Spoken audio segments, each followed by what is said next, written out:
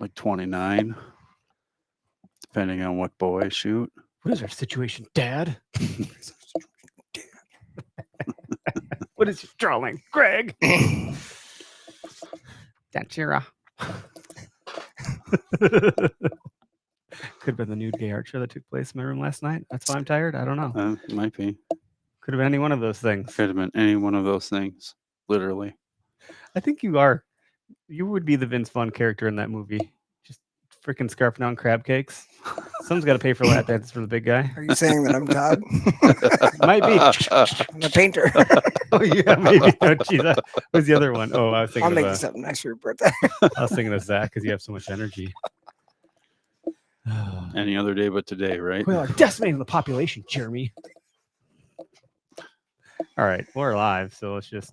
Are we gonna roll with I'll this get or this one what? going so we can see what we're doing here. It should show up. There it is. There we are. This is the Okayest Hunter podcast. Tequila? Never pass on shooter bucks, because that's just meat in the freezer. It's your tag.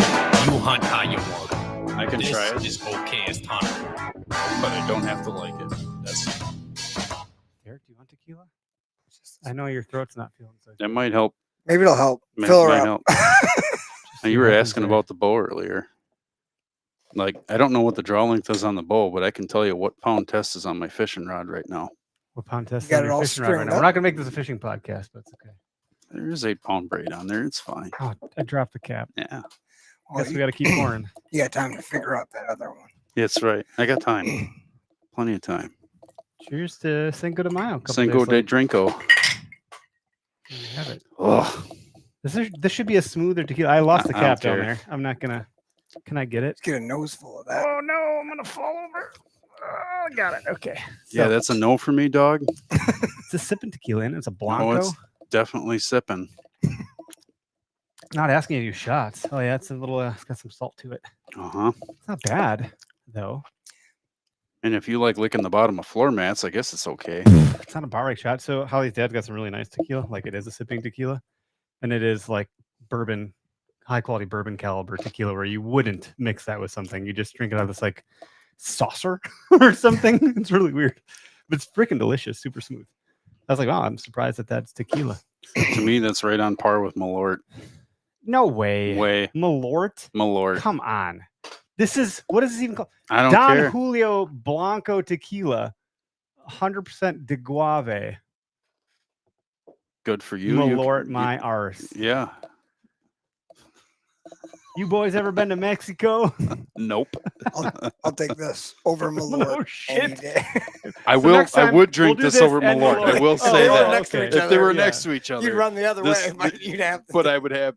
But if being help, someone's holding a gun to my head, and I have to drink one or the other, it's this one for sure. Yeah, there we go. That's an honest But answer. not my flavor. Sorry. I don't know when the last time when were the three of us in here last? Well, it's been a few months. It's been a long You time. gotta Yeah. keep switching out. So what's your voice is hoarse and I can't gone, talk. so you're not gonna be a great host tonight. I'm gonna be I'll be the guy who came to podcast to You're say like- nothing. You're like, That's usually my I job. tried What are to you tell talking you, about? Sorry, today you got to talk. Oh, that's fine.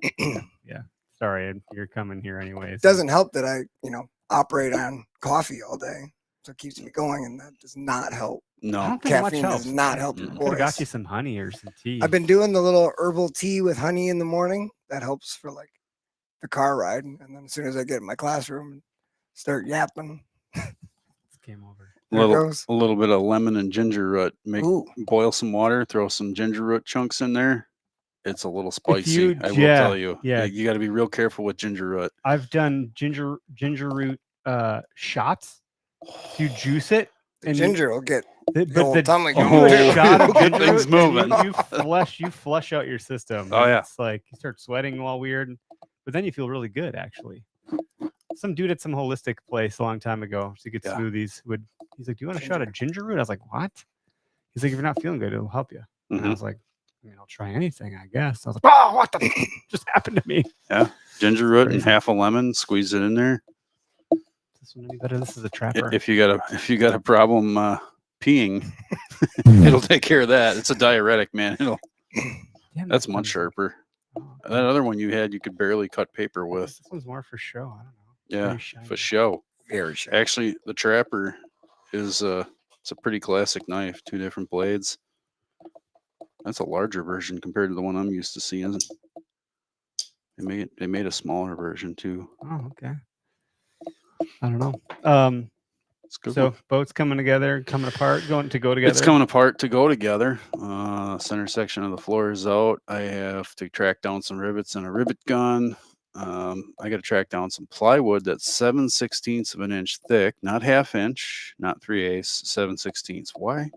Because it's just what they decided to make it out of. Now, it's kind of an odd size, isn't It it? is. Like, why wouldn't you go ½ inch? Hmm. It would probably add 10 pounds to the total weight of the boat, and that might throw the towability out the window for somebody with like an electric car or something. I don't know.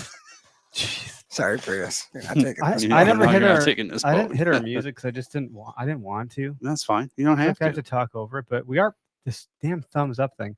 We are presented by Nosler, so head on over to Nosler. I think it's just Nosler.com. And if I'm wrong, you can just use Google and figure it out, or ask Siri or something, and it'll help you Ask Google. get to where you need Yeah. Nosler ammunition. Ask the and goo goo. They are our guest next week, which I'm really enthused about. So I feel like I can do a better job for them on the show. Talking about their ammunition, what makes it unique, and it's precision grade, high quality. They're out of they're Bend, Oregon, and they were started out of a garage, and now they're a Like- big player. you Like know? all good companies, they pretty cool. started out of a garage. Yeah. And You're not even a real company if you haven't started. That's right. 20% off of their ammo, which is a really Huge. hefty discount if you use code OHB. So our other partners you can see on the screen if you're watching live, take a look. We announced the muck thing last week. So we're going to be putting those boots through the paces. I've been putting the clogs through the paces. I got them on now. It's getting good and sweaty in there. And everyone else, we're going to start to try to do a better job just organically talking about things. Other than I know Latitude does have new like tape or grip that lights up at night, like a glows or something for the speed sticks. Turn off the lights and I glow. And they have a new color of the knee pads. So that's pretty cool. Well, Greg just hates tequila. If you want to get some bourbon, you can get some bourbon. Tastes like mosquito repellent. I mean, Mix a little of the amber. maybe Negative. this one's better. I don't know. That No, one might be better. No. Way. We do have No a way. guest, so let's get Nick on here. So, Nick, thanks for patiently waiting backstage. You're live with Absolutely. us now. Yeah, Appreciate it big time, man. It's good to thanks be for on being here. Well, I know we had like this whole plan of how we wanted to talk about things, but I changed my mind. And here's it's not a big change. We got ourselves a little mind changer here. We'll get to the meat of what we were talking about off stage or whatever. I don't even know what to say here. My words are trash today. What I do want to hear is how the hell you came to meet Derek and how that went. And then That's a pretty interesting one. Yeah. I'll let you handle that one. Yeah, I mean, geez, actually met him through a gentleman that I helped pack out a bull in September, Jonas. And I'm not sure how they are connected, but we all went down on a hog hunt down in Texas. And sure enough, it was like brotherhood. And I mean, he's crazy. I'm crazy. It fits perfectly. He's a little crazy. We both have a pretty healthy or unhealthy obsession with shed antlers. So Yeah, yours are just a lot bigger than mine.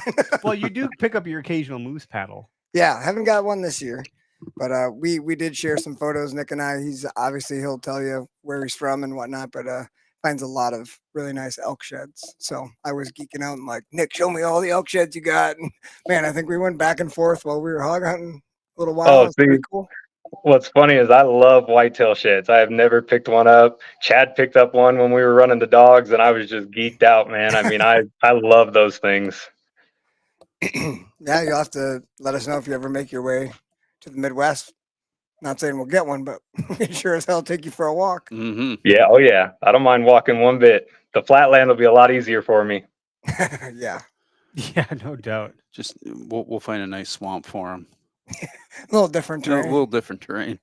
The only shed I ever found is the one behind these gentlemen here. So I'm glad it's on display. Yeah. It's a very exciting find. I'll never forget it. It's a very strong memory because it's only one memory. I don't have other memories to draw that one out yet. So it's pretty basic. Well, so you're a what do you say? A Coloradian? Colorado? Colorado. Yeah. Oh, wow, it's close. Colorado. I've never said that before. So, talk about your upbringing in Colorado, being from Colorado, what you do in Colorado, and then we can get into some controversial things about legislator. Absolutely. Wow, I'm having a tough time tonight, guys. Legislation. Yep. Legislation. Sheesh. Yeah. So, I mean, born and raised in Colorado. I actually grew up outside of Denver. Been going in the mountains since I could walk pretty much. And actually, even before that, my dad was a hunting guide while I was a kid. So it was pretty much ingrained in me to be in the high country, from basically July until November. And then as I got older, it kind of took a back seat for school and sports and things like that. And then started getting back into it myself, taking myself out, going out with friends. And then was fortunate enough to actually get a guiding position last year in Southwest Colorado. So did that, and we'll continue to do that going forward. Super excited, love it. I love being on the mountain. There's truly nothing more I enjoy. Easiest thing to do, getting up at 3 o'clock in the morning to go to the woods. I'm Googling how to get rid of thumbs up gestures. Oh my God. Sorry.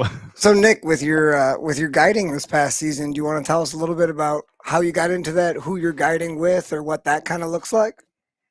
Yeah, so the outfitter, his name is Ed Schwartz. Actually, just kind of found him on a whim and just asked for an opportunity. He was kind enough to give it to me, and then pretty much from there, just showed up, made sure I did what he needed. He does a lot of full drop camps on horseback, the whole 9 yards. He does also offer, essentially drop camps where you kind of just go in and work yourself. We'll take you in on horses and then you just kind of work the country as you want. And that was just a huge opportunity. We took in total last year with everyone hunting, including myself, we ended up shooting 11 elk from September till the end of November, which was great. Was even blessed to go on a hunt with the Hush guys. And that wasn't a guide. That was just more so helping them out and being on the mountain with them. But absolutely, like I said, amazing experience. It's great to take out first time elk hunters and kind of show them what the high country is really like and see how well they can handle it, because it's definitely different when you're at altitude. Yeah, it definitely is a different type of environment than what we're used to. I would imagine we'd be sucking wind pretty hard up there. Well, I'd imagine most guides, or just Colorado in general, you get a lot of flatlanders, people from the Midwest, all over the country heading out there because you guys do have over-the-counter tags in some of your units. So I think you probably have a lot of people who are first-time elk hunters, and it's pretty cool that you get out there and help them out and show them your passion. Yeah, I will say that was a learning curve, is walking with some flatlanders and taking breaks. Not trying to brag on myself, but just being raised up here, it's definitely a lot easier if you're used to it. And when you get people on those steep slopes, you kind of learn how willing they are and how far they want to go for that elk. So yeah, well, it doesn't hurt that Nick is like 6'18" tall, and he's got quite a stride. I think he grew out those dreads so people can use them like little handlebars and hold on. You can drag them up the hill. Yeah, exactly. Everyone just grab one and I'll carry you. Yeah, he moves, man. He moves. How did you, like you said, I think your dad was a guide and now you're an elk guide. How did that, did you do it because your dad did it, or you're just out there so much you're like, well, sure, I can take some people out here? Like, do you have to get certified, and to what level? Like, are you at some point you're kind of in charge of people's lives out there? That's 100%. Thing to consider. So yeah, like, why did you decide to do that, or is that all you do? What else do you do? That's so I primarily guide elk. There have been opportunities last year to guide deer, but I actually didn't want to take them. There's a lot that goes into it, and it can be daunting, but actually once you understand how it works, as far as the outfitter is the one that carries the license, gets the permits for specific units, and then understanding what the CPW, Colorado Parks and Wildlife, expects from you. It's not too bad. It's a lot of paperwork, but once you get stuff in line, it's really worth it.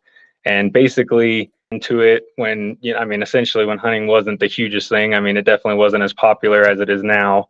And he guided for up in the White River National Forest. And it was more so for me getting into it. It was just trying to understand happiness, I guess is a weird way to put it, but just what truly makes me happy. What do I truly enjoy? What would I picture myself doing for the rest of my life, type of thing. And yeah, like I said, Ed, he actually reached out to me. He had seen my stuff on social media and just was like, hey, I need some help. I've only got one other guide right now. Would you mind coming down? And just ran down there. Thankfully it's only about 2.5 hours away from where I live, because I'm pretty far southwest in Colorado anyway. And then just showed up for bow season, and then first rifle, second rifle.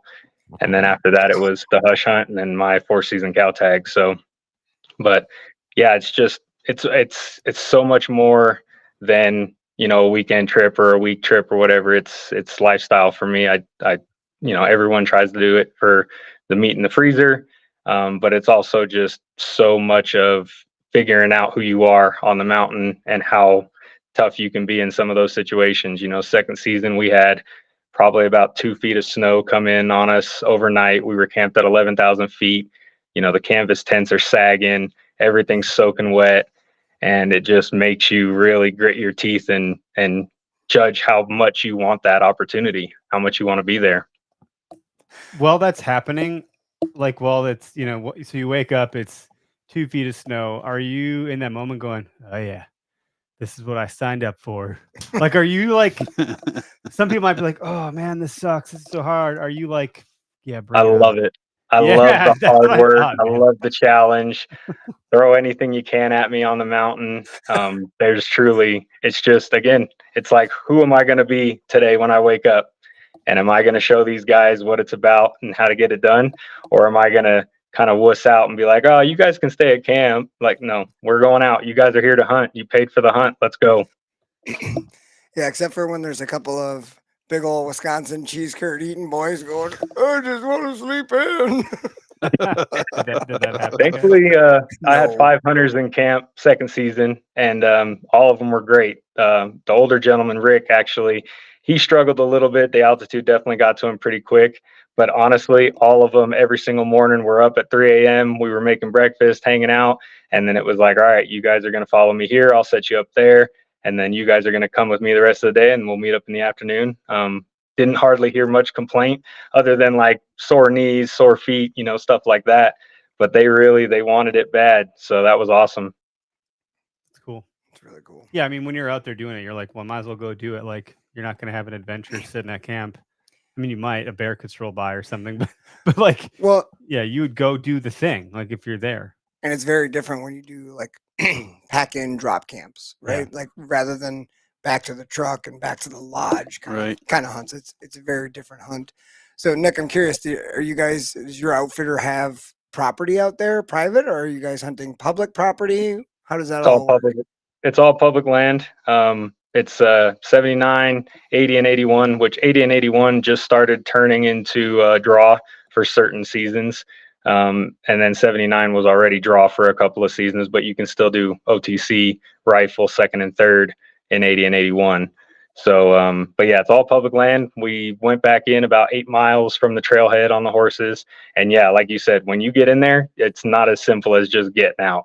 You still got to get the horses rigged up. You got to get the guys' gear, all that stuff. I mean, it took us, we did 3 trips in, me and the other guide, Aaron, before we even took our hunters up. So it's definitely a feat. It's got to be planned out. There's a lot of logistics to it.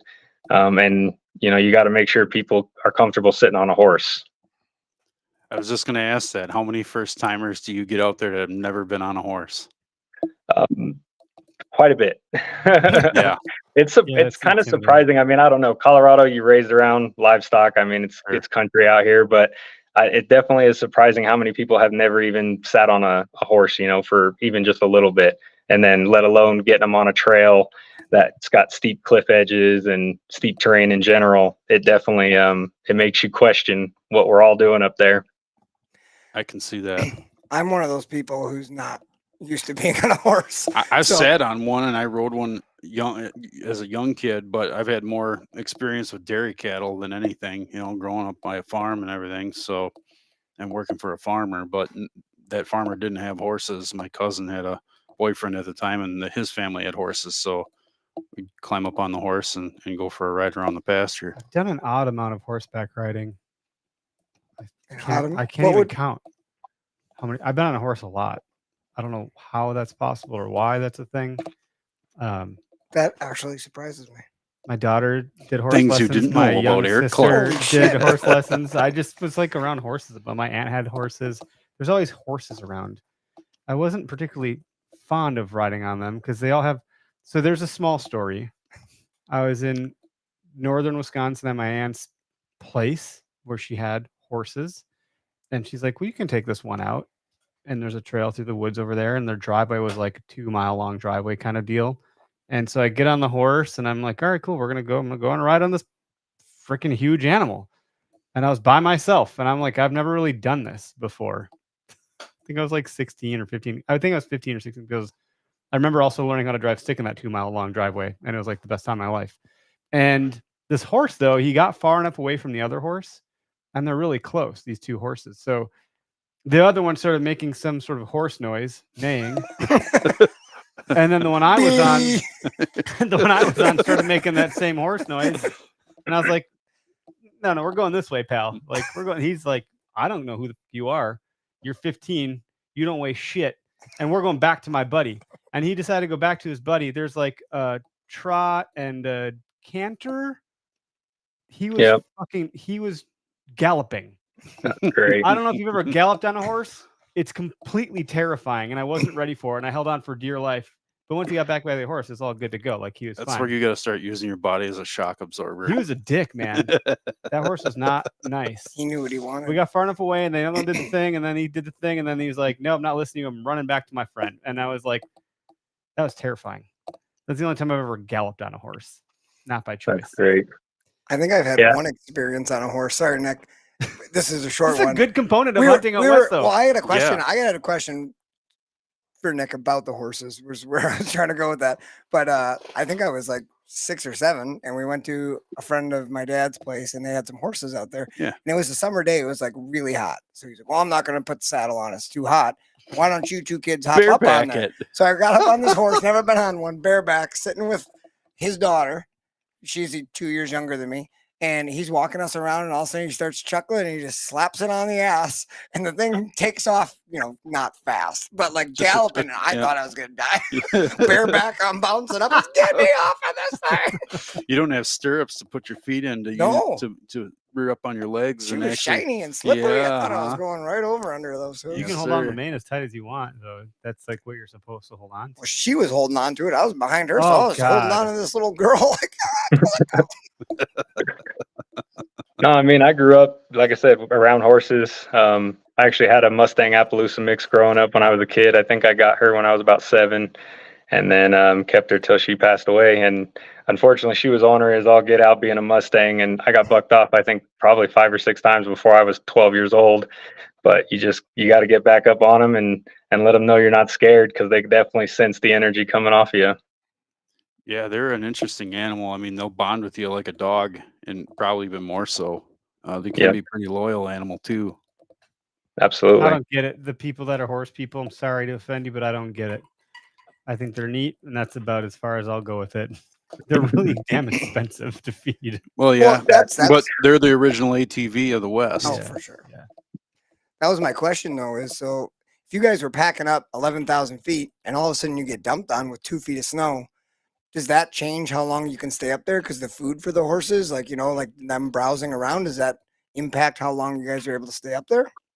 No, we bring feed up with us too. Okay. We'll bring, a few bags of grain, either like an alfalfa mix or oats, something that'll keep them kind of hardy throughout the days. As well as we don't do a lot of hunting off of the horse, especially like I said, with 5 guys in camp. It's just not realistic to get all of them every single morning on a horse and then take them up even further. So they're more of a tool to get you to the camp and then hunt from there. That makes it hugely beneficial and keeps gear off of everyone's back, keeps their legs fresh. But otherwise, they kind of just hang out and do their thing until we do need to come down. The snow, in that situation, it didn't change a whole lot. Now, if the hunters were like, we're done, we're over this, I don't care how much I paid for this hunt, it's not worth it to be cold, don't want to be chopping wood, whatever the case, then obviously we'd make an adjustment and get them out. During that season, we did have a drop camp of 2 guys. I think they were from Michigan, surprisingly enough, and they tapped out after the first day. So we had to leave our guys, go get them, ride down to a different spot, go pack them out, and then go back in to my guys. So, it's definitely, like I said, there's a lot of logistics that go into it. You got to be quick on your feet and understand how to create solutions. But thankfully, most of the guys that I had out wanted to try to kill an elk. So they were willing to stay. Freaking pansies. It was weird. I'm like, isn't it cold in Michigan? Hold on, I guess you need to say that again because I can send it to him. Who? No, never mind. Kevin? Maybe. Pansy. Those darn trolls under the bridge. Freaking Michigan. Detroit fans. That's a real problem right there. Oh, boy. Hell Here we yeah. go. Anyway, well, this is good. So, oh boy, you want to talk about the legislation? Did I say the word right this time? Because I got tequila. Legislation. Yep. Yeah, I mean, there's a lot going on all over the place. States are having issues everywhere. Obviously, Colorado did their wolf reintroduction. I'll leave that one alone in particular, but there's a lot of things going on. They've got the number 91 bill, essentially. That's what they call their trophy hunting bill, which is just absurd in my opinion. It specifically outlines mountain lion, bobcat, and lynx, which lynx you can't hunt in Colorado anyway. So I'm not sure why that's added into there. And it just, if you really read the bill, it makes us out to be just these monsters only doing it to put something on the wall. I have never personally eaten mountain lion, but I've eaten actually 2 bobcats that one I shot and then one my buddy shot. I'm always about trying everything that you kill at least once, making the best use of that animal possible, respecting that animal. But yeah, they make us out to just be monsters in the bill. And it's a starting point to take away a lot of other things. There's always, bears on the topic as well and things like that. So it's just a matter of standing on the right side of the fence if you're a hunter and a conservationist and not giving up what we have essentially as far as our rights. So, and then in Colorado, has also done a lot towards guns in general, and even that, I'll kind of tiptoe around certain subjects, but the HB 24 1292, which thankfully got shut down, you can't give these guys an inch or they're going to take a mile. And right now, like I said, especially in Colorado with the stuff that's going on, we have to make sure our voices are heard and stand up as much as possible. So anybody that can research into 91, I implore you to do so. They don't really have a start date to it yet, but they actually were finishing it up towards the end of last year. So we need to keep that in our forefronts of our minds. Like I said, thankfully the HB 24 got shut down. So we hopefully don't have to worry about that for a little bit longer, but they keep trying to sneak things in as the years progress. So that's, I mean, that is absolutely spot on. And I think a lot of people understand this and, go for this, but there's a lot of people who I don't think about it that way. But things like bobcat, lynx, mountain lion, I can see where even a person who's an avid hunter may think, well, not that big a deal. Like maybe we don't need to hunt those, so it's not a big thing. But in terms of conservation, like you mentioned, Nick, it's that foot in the door, and it's getting that first season shut down or getting that first hunt shut down that opens the door for, well, maybe we don't need to do any of these. Maybe we don't need to do this. And that's just a dangerous slide to start slipping down. Yeah, absolutely. Give them an inch and they'll take 3 miles. In the marketing world, we call that scope creep. Mm. You give them an inch, they take a mile. Is that when you get the big bloody ring around your eyes? Yeah, different term. Yeah, that's a funny thing. I might use that in the ad campaign, Derek. Well, like I said, these bills are just so loosely written. The terminology they use is so broad, like the HB 24. I mean, if you really read through that thing, it doesn't make sense as far as what is actually being taken away. you almost need to be an attorney to understand everything that's going on in there. And it affects so much more. That one necessarily doesn't pertain 100% to hunters. But I have friends that are in the professional shooting industry, and immediately as that thing started coming up, they're like, I'm moving, I'm out of here, Idaho, Montana, wherever we need to go. And it's just like, you can't, you run away and then we're going to lose the fight. Just, Yeah. again, Well, reach out to everyone possible and let them know how to handle this situation. you run away and lose the fight, but then the fight ends up going to another state anyway. Exactly. So it's exactly what's going to happen.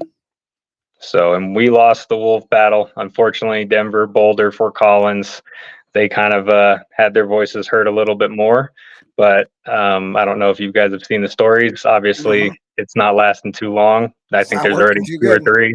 Yeah. So, and not that I want that to be the message. You know, obviously, again, we're conservationists, but to reintroduce an animal like that hasn't been here for how long, when we had one of the largest winter kills up in the Northwest already, it's just not a good idea when you talk about longevity for elk. So, Well, and the whole thing too is like the majority of the large populations are in areas like Estes Park. You can't hunt there, right? right, exactly. So if they're taking that population into effect, that hey, we have a population problem, you know, in general we have a population problem, we should bring in predators.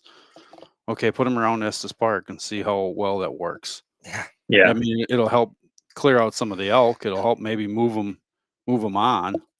But we have the same issue with whitetail here. Like our suburban areas are loaded with whitetail, and you got to be very careful where you go. You know, landowners don't like hunters, rightfully so, right? I mean, you make a bad shot and a whitetail ends up dying in someone's pool or in their front yard or under the kid's swing set, and they don't like it. So it's kind of a tough battle to try and wade through. I'm going Yeah. to make a very generalized statement, and this is by no means fact or truth, but we were up in Three Lakes this past weekend for the fishing opener up by Eagle River, northern Wisconsin. Deer Mhm. populations are fairly low. But as soon as you get into these little areas of the chain of lakes with lots Yep, of cabins, there was always. Deer everywhere, All over the place. feeding on the roads, in the yards. And a couple of the guys who were from Minnesota who were up there with us, and not hunters.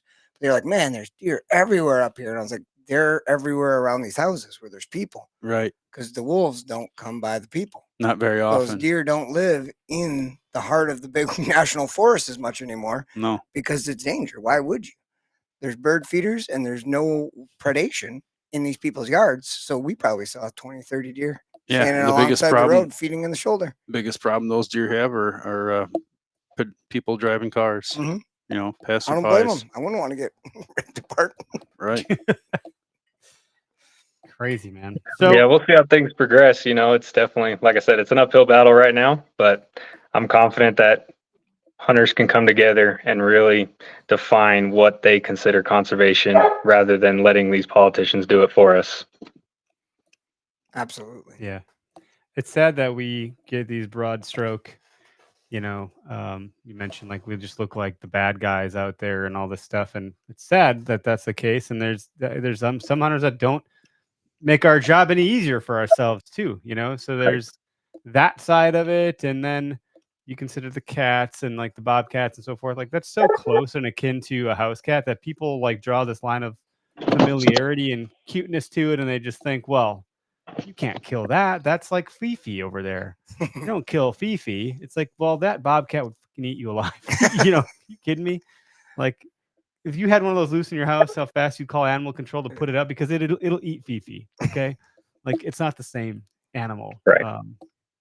But Yeah, and I mean, we're killing these majestic creatures, and they don't fully understand that there's conservation happening, because there's a tag and a season and so forth. Yeah. Well, in California is the perfect example. I hate using that as an example, but their mountain lions their population is growing quite a bit.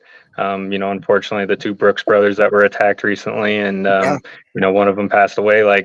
And that was in Sacramento. I mean, that's not necessarily out in the boonies, but it's a busier city. So what they don't do in management just proves that just simply letting them do their thing doesn't work. Kind of dog you got there? Oh, sorry. She's a blue tick coonhound. She's all upset because she's in the back. Those, They- those blue ticks, they go for a while. Oh man, she's awesome. She's a mountain dog. She does every shed hunt with me. She does every hike. She's awesome. That's cool. Those dogs have a lot of stamina. They Oh, can yeah. go for a long time. Once upon a time, I had a bloodhound, and I think I took that dog for a 5-mile run, and he was like, I'm just warming up. I take my boxer for a 3-mile run, and it looks like she's gonna die. Really? So it's just, my experience with a hound dog was like, man, that thing can go forever because they're so tall. I don't think people realize how big a bloodhound is. They're a very large breed animal, much bigger than even like a boxer or like most labs. And they're like, so he's just barely breaking a sweat, trotting along like he wasn't running. He was just kind of walking fast. And for 5 miles of that, he was just barely phased. It was crazy. He kind of dragged me through one of the runs I did once and helped me get a good time. Nice. I was like, gosh, He's your pace dog. Yeah, it was great. So I can hear the hound barking in the background. I figured that's what it was. Yeah. She did a hike with me just the other day. It was 13 and a half miles. So she's about it. She's got them long legs like you talked about. She's young still. She's only 2, so she hasn't filled out quite yet. And she's still kind of figuring herself out. But man, she is just a great dog to work with.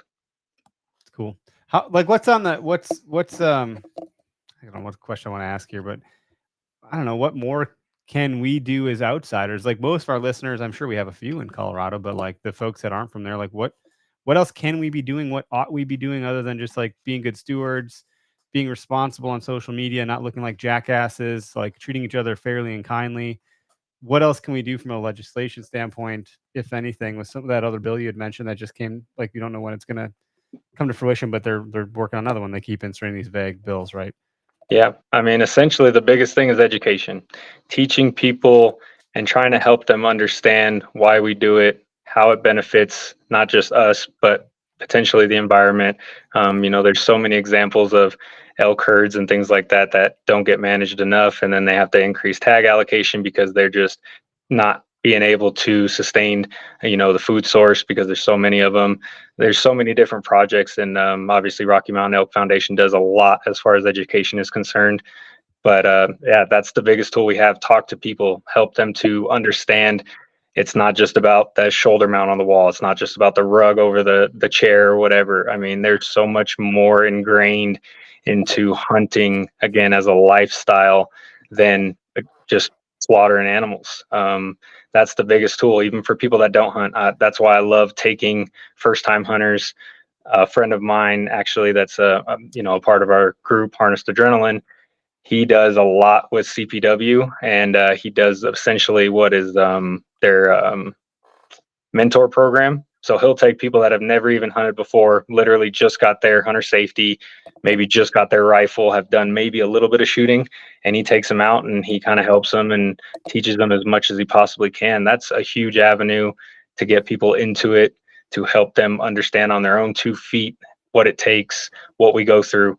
It's not every single person is out there dropping animals at 900 yards and hooping and hollering and this and that. I mean, there's so much more to the spiritual aspect of it, to be one with nature, to have to learn and adapt to all of the different variables that go on, and to be able to think on your feet to be successful.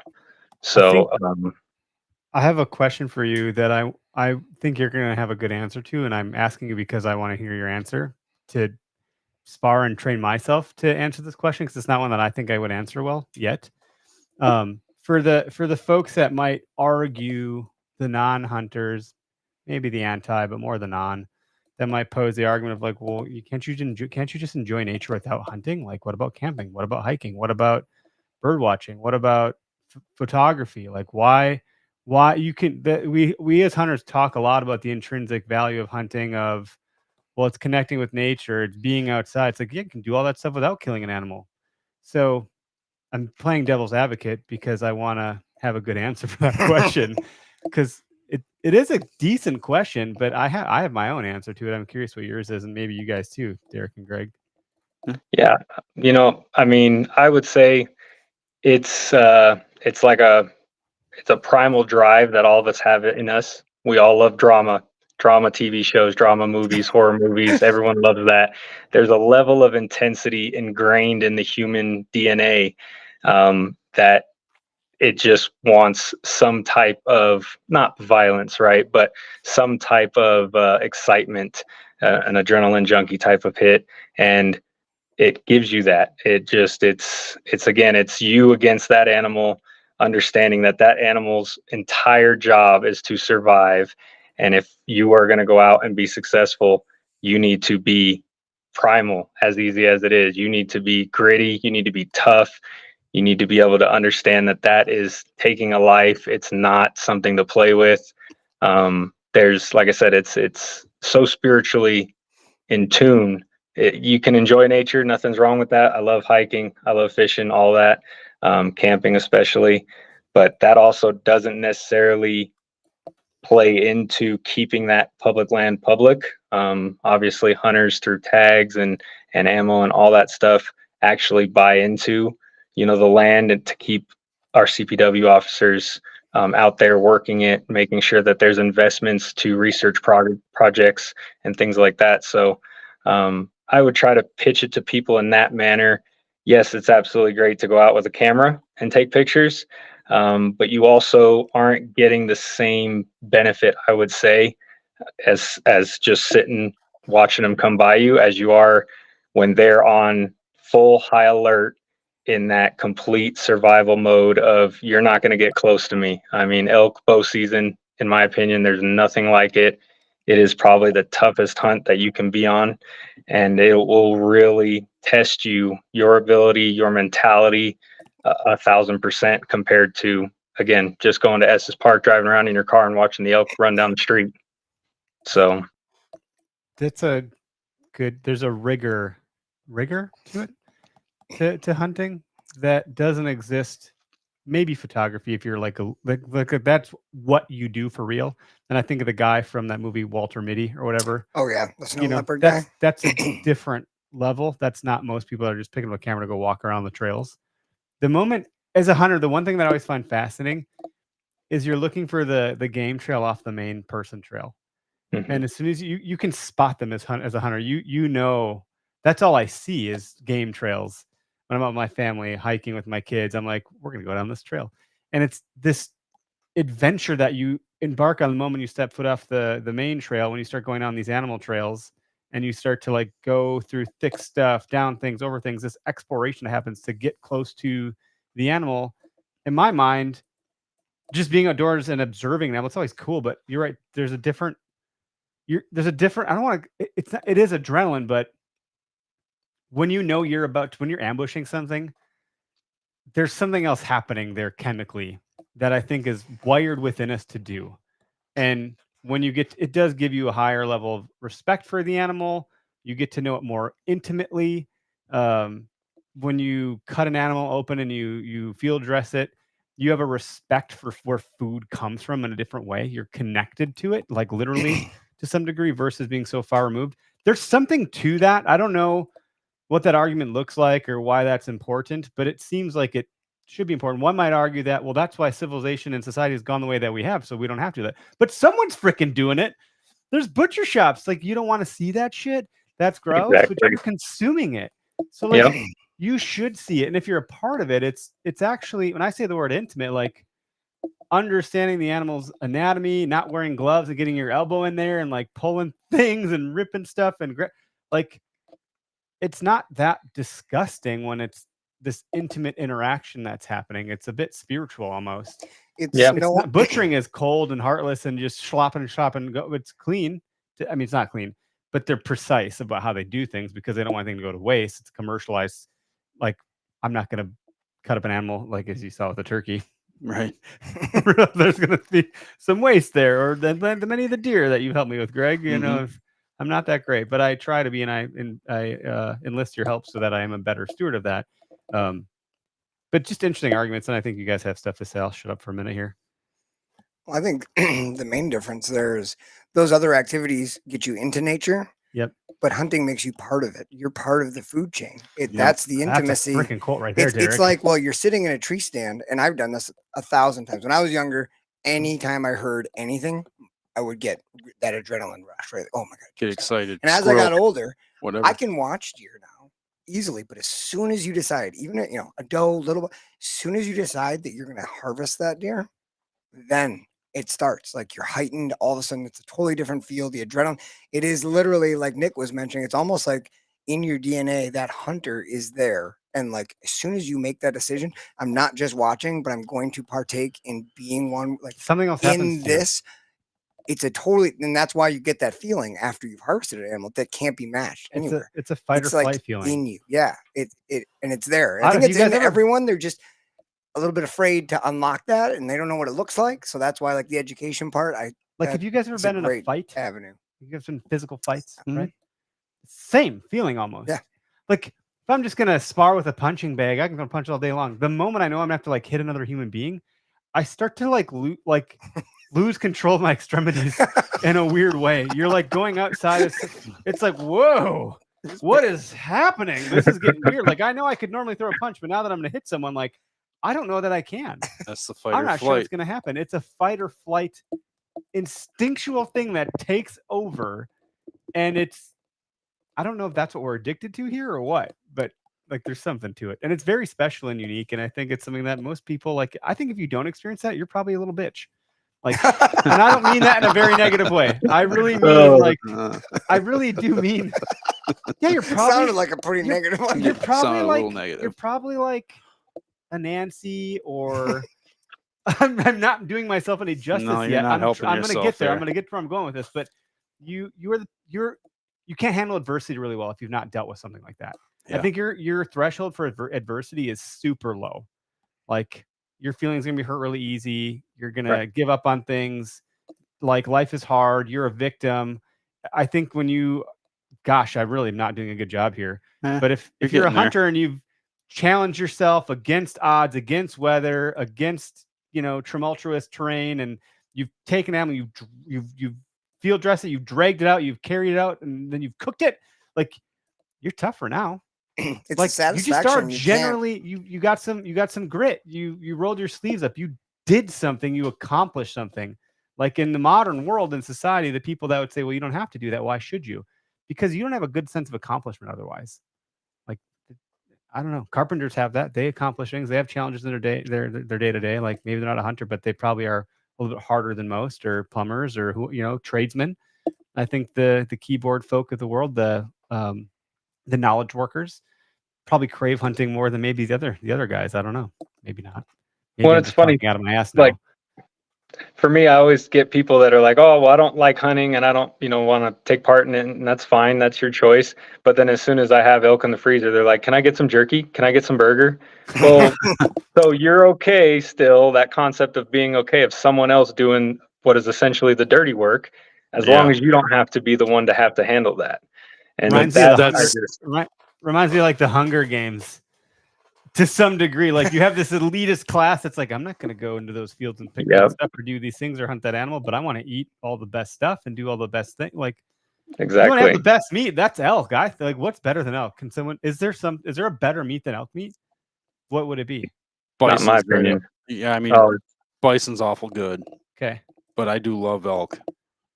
Whitetail's not bad You either. can't go hunt bison though, right? Like Yeah, it's a very limited draw for that tag. of the things you You can really hunt, openly. it's not elk is up here. Yeah. elk. Yeah, elk is attainable. Bison is, I would say, a once in a lifetime Salmon is opportunity. up here in the fish world. Elk Right. is up here in the game, Mhm. wild game. Yep. And venison's great, but it's no elk. Yeah. Right? Like it's not. 100%.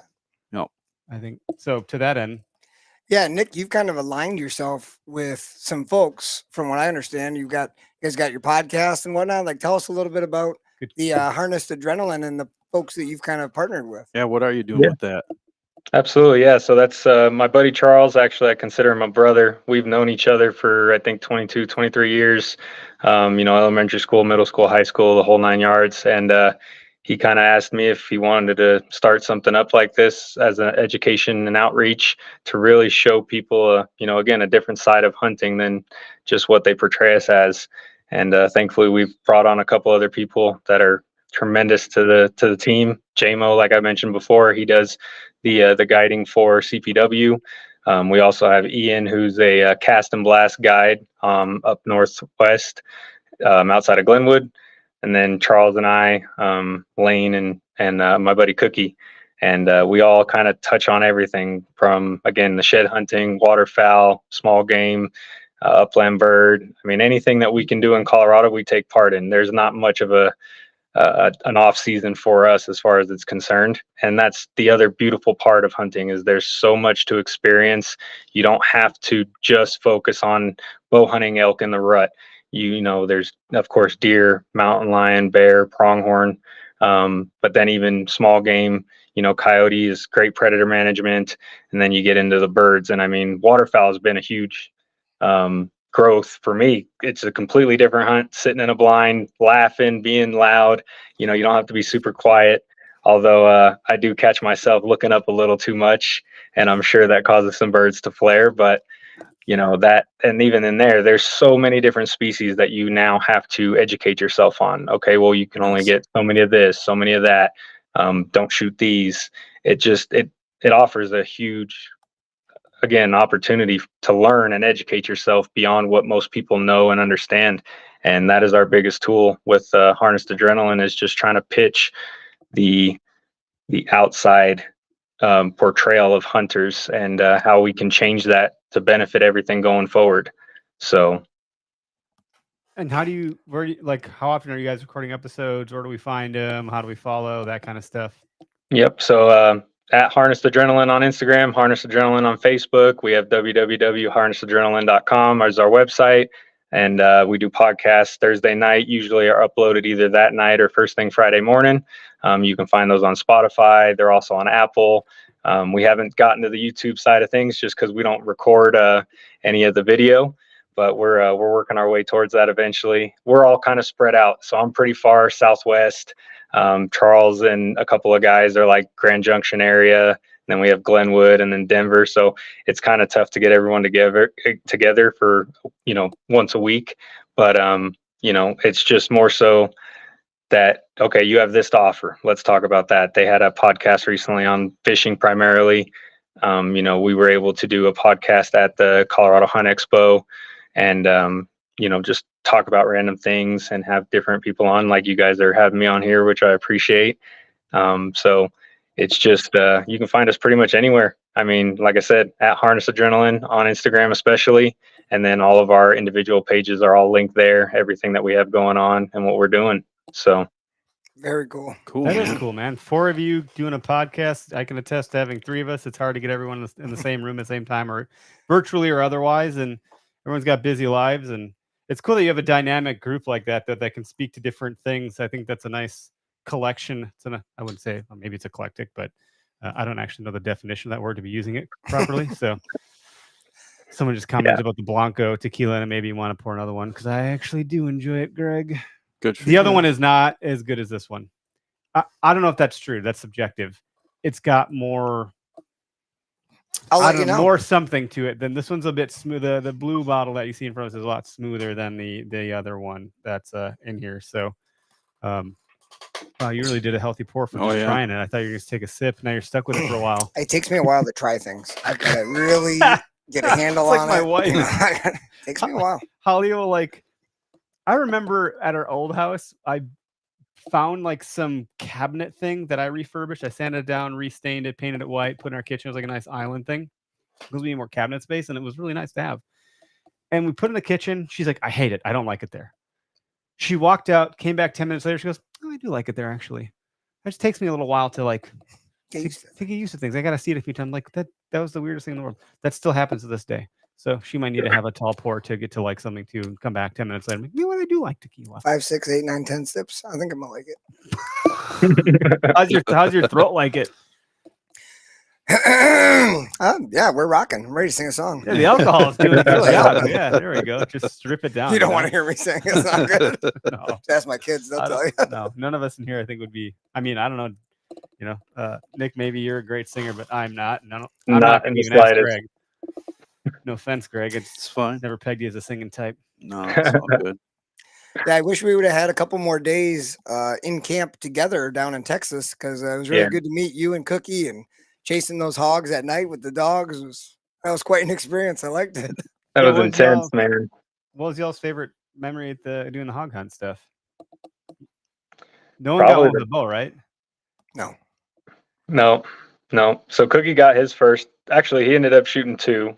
I didn't end up getting any, which I was fine with. I've got too much meat in my freezer between elk, deer, bear, everything.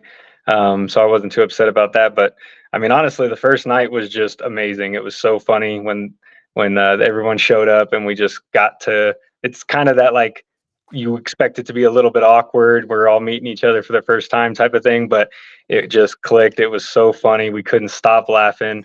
I know Jonas was laughing his butt off, and we were laughing at him when Chad Squirrel peed on his back. I mean, golly, What it was happened? just The Chad guy had we a stayed with. Yeah. yeah. Go ahead, Nick. Yeah, Chad, he rescued a squirrel. He's a firefighter down there in Texas. He ended up rescuing a squirrel, and yeah, it was climbing all of us, having a good time, and then all of a sudden, Jonas is like, my back feels wet, and sure enough, there was just a little tiny pea stain on his back. I mean, just so dang funny. Yeah, that's cool. That's got to be stinky piss.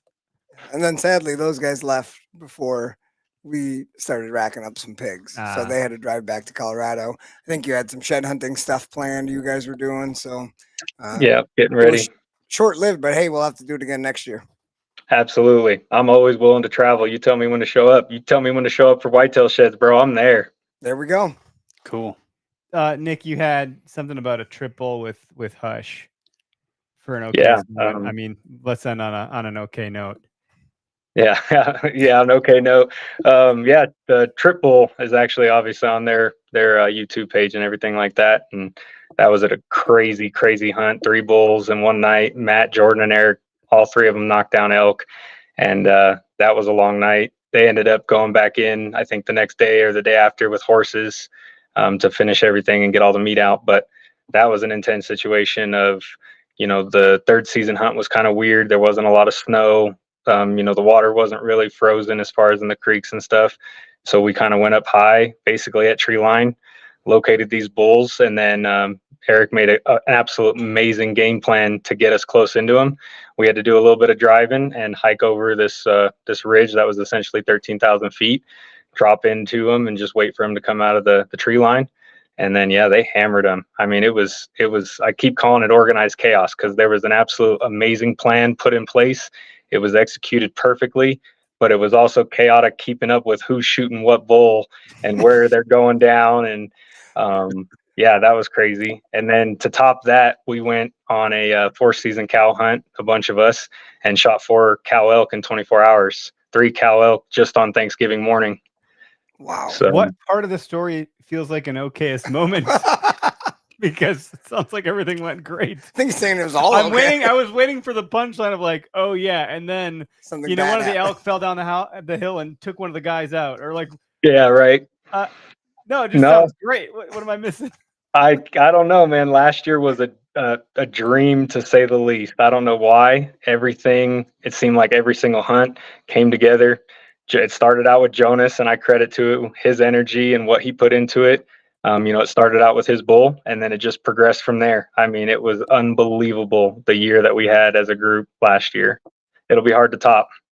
Cool. So, what are there any moments, in the backcountry that like shit got squirrely, or like it was an oh shit moment where you're like, oh no, I forgot, whatever, or we got to do this, or this happened. Like, what? How about one of those moments? Absolutely. No, there's plenty of times. More so, it's like you get back into a drainage. You're 5-6 miles back, and again, that weather in Colorado is no joke. When it turns fast. And if you're in the high country, anytime, even in second season, you can get snow, and that can go sour very quickly. There's plenty of situations where we're walking out and it's dumping. My bull that I shot in 2020 actually had, I shot him at 3. We broke him down at 5, but by the time we got him out, it was almost 11. And he actually was only about a mile from the truck. It was a foot of snow on the ground, dumping about a half an inch, pretty consistently. Jeez. And yeah, that was rough. We had 3 people, and my buddy Cookie and I took 2 quarters each, front and back each, And then we had a friend of ours that helped us out carry a bunch of scrap meat. And it was literally me just dragging the head behind me to a certain point and then leaving it as close as we could to the truck, going to the truck, dropping off what we had, and then going back up for the rest. Slick walking the entire time. You know, that can get super sketchy. You got to watch your feet, all the blow down and things like that. You can't mess around. Sounds awesome. I mean, I'm the guy that I always tell people, don't follow me. I will inevitably pick the path of most resistance. And I've said this before. It's not because I'm a badass. It's because I'm a dumbass. Like, there's a difference, but that's the way it ends up going every time. And I look back, I'm like, no, don't follow me.